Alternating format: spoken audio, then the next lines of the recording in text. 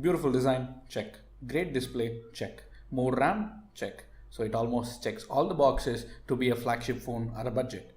But does it check the most important aspect of flagship? That's the powerful processor. Well, it doesn't have a flagship chipset, but it does have a Snapdragon 660 coupled with Adreno 512 GPU. This is a good chip considering it's only going to drive a 1080p panel, but can it compete against the Pocophone or the Honor Play in a gaming test? Well, that's exactly what we're going to do today. Hey guys, this is Arvind from Ellipsis and this is our gaming review of the VIVO V11 Pro. Also, to make things a bit interesting, I'll have the Honor Play when necessary to show how different it is. Now enough with the intro, let's start playing. Starting off with the low power game, that is the Subway Surfers. There is absolutely no stress on the CPU as it can easily render this game at a constant 60 FPS.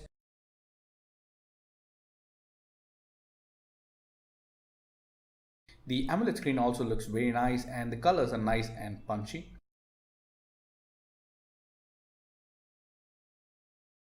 Now moving on to a heavier title, we have the Asphalt 9, which is a great racing game by the way, and I've set the graphics to very high, and for most part the game looks smooth and almost has 50 to 60 FPS, so that's a very good sign for the VIVO V11 Pro. The Snapdragon 660 does make a great job when it comes to rendering this particular game. And moving on to the graphics are quite good, no doubt about that, but then I've also played the same game with the Honor Play as well. So even though both were set to high graphics, still the Honor Play had better graphics than the one on the VIVO V11 Pro. The rain effect, for instance, was much nicer in the Honor Play than what was in the VIVO V11 Pro. But then we have a side-to-side comparison between both of them so that you can make the difference easily. But still, the game plays well and it's quite smooth as well. So there's not much of a problem there just for the effects, but probably an update to the game might add these effects to the 660 processor.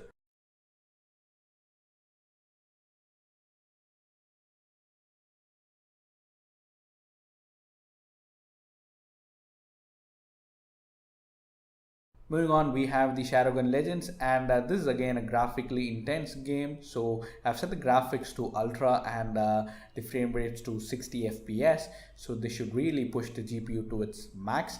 But even though I've set it to 60 FPS, I don't think the game is playing so. And I would say it because it's probably sticking to 30 to 35 FPS only. And the game slightly stumbles with everything set to high. But it's definitely playable and there are occasional frame drops, but then that's about it.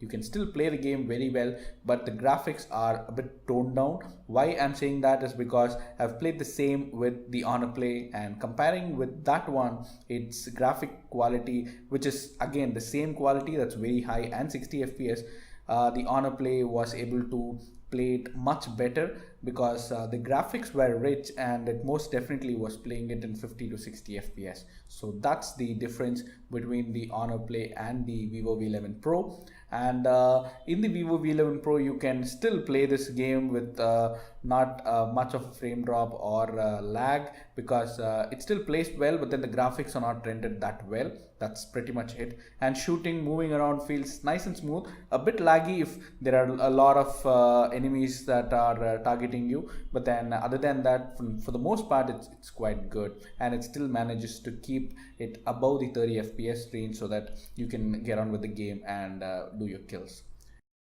Next game is World War Heroes. Again, this is a multiplayer game and requires a lot of CPU and GPU power.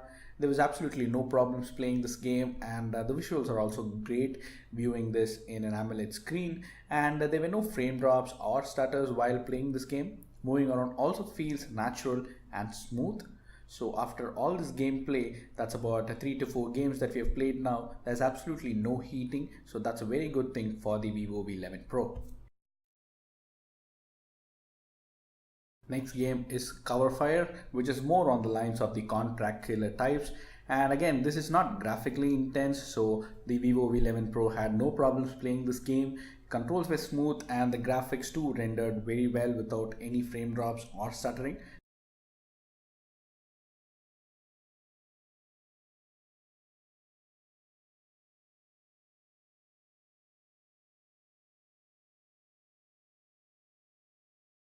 Moving on to the next game, that's the Boxing Star. This is an amazing boxing game which has console grade quality and the graphics, and the gameplay is also quite smooth. I had no problems running this game on this phone as the Vivo V11 Pro handled it like a champ, and there were absolutely no frame drops as well.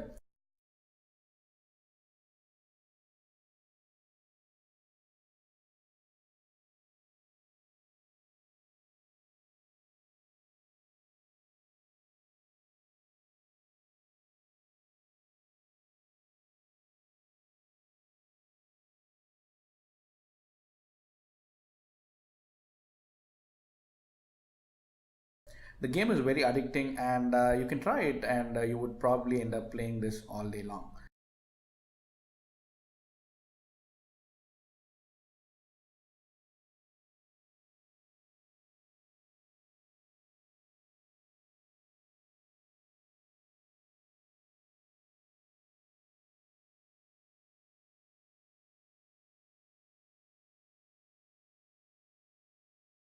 And moving on to the final game, that is the PUBG. So any gaming test would be incomplete without this, as this is a very popular title among the mobile gamers. So I've set the graphics to high as it maxes out at HD, and the airplane sequence had no stutters at all. The parachute jump sequence also was fine and nice with cloud effects.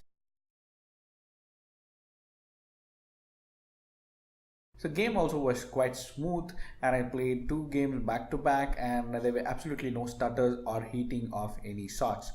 There were minor stutters when there are more people around, but then that's the case with almost all the smartphones, not just particular to this one. And the movement and controls were swift and smooth for the most part.